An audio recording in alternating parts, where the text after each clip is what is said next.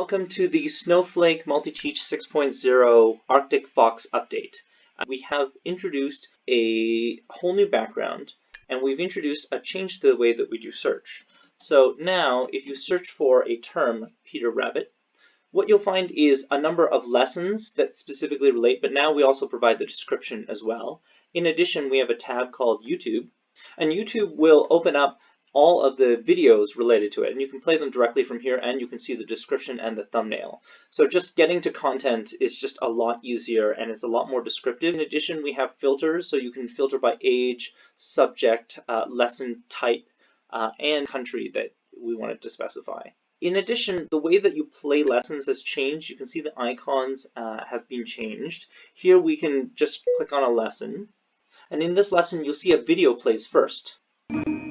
Once upon a time, there were 4 little rabbits, and their names were Flopsy, Mopsy, Cottontail, and Peter.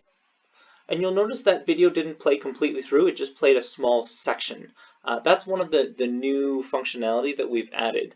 So I'll show you what I mean by it. So this is a regular lesson, it's a YouTube linked lesson. It relates to questions related to what you just saw. And here I can go into the description. And in the description, you can see, in addition to just watching the video, which I can go full screen, it tells you what to do for this activity. It also has links to all of the standards that it's connected to, and it has external links, so I can click on this, a copy of the ebook, so that I can play it directly from here. And if I close it, you can see I go back to the lesson. So lots of possibilities, but the cool thing is here is anyone can go and edit this. So if I go back, you can see I have a new lesson information tab. And in the lesson information, I can change what the description is going to be. I can change the YouTube URL. I can also set a start and end point and specify if it's going to show before the lesson starts. I can add in links, and you can see I can add the keywords directly in here as well. One of the apps that's changed is MathBugs. So if I click on MathBugs, you'll notice that it still has the same kind of questions as before. It still gives feedback, but the difference is now I can go back and I can edit the content of this lesson. So we've turned MathBugs into a lesson type, and so instead of just doing multiples of some number, you can pretty much use it for anything that you want. So you can put in any type of arbitrary text, or you can add images here as well. We also have added some new functionality for primary to secondary. So now what you can do is you can actually switch to secondary.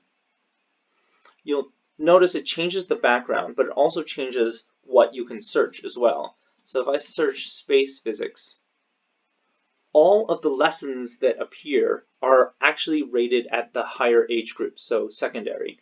So you won't find any elementary lessons now in the secondary option. These lesson favorites have are different than the ones that were specified before.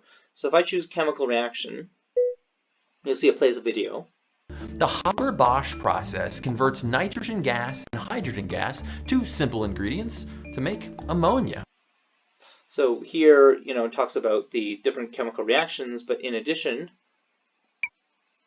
I can choose to watch the video. It has instructions again. It also has the standards that it's associated with. In the browser, the way that you add a new tab is down in the bottom here. You see there's a little tab button. You push on that. You can say add a new tab. And then if I want, in addition to searching for content, I can go to, say, the last page, and I can add in my standards. So here I've got like a page for standards, and I have a page for just the regular search. So another feature that we've added is the ability to play lesson lists directly from the main page. So here I'm just going to click on this space physics activity. So Spaceship in motion has momentum, so to move in a different vector, a force has to be applied to counteract that momentum. And today's spaceships use steerable thrust to orient the ship in 3 dimensions. So here I have the spinner activity. After I've completed that activity, I have another activity, and you can see it gives me the progress on that activity. In zones, I'm going to set up a activity table around this lesson.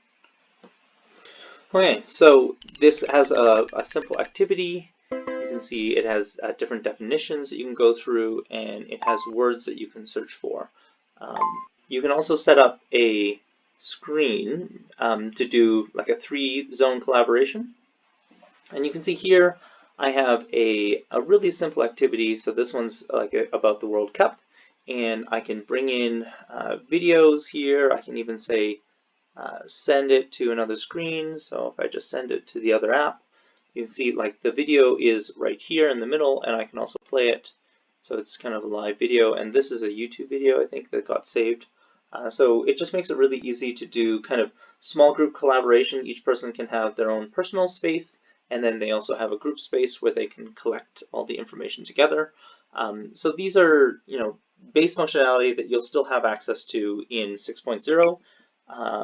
And of course, if you want, so it's just one button and you've got the video loaded, you have some activities in the bottom, you also have a timeline activity, and then this one is a mind map.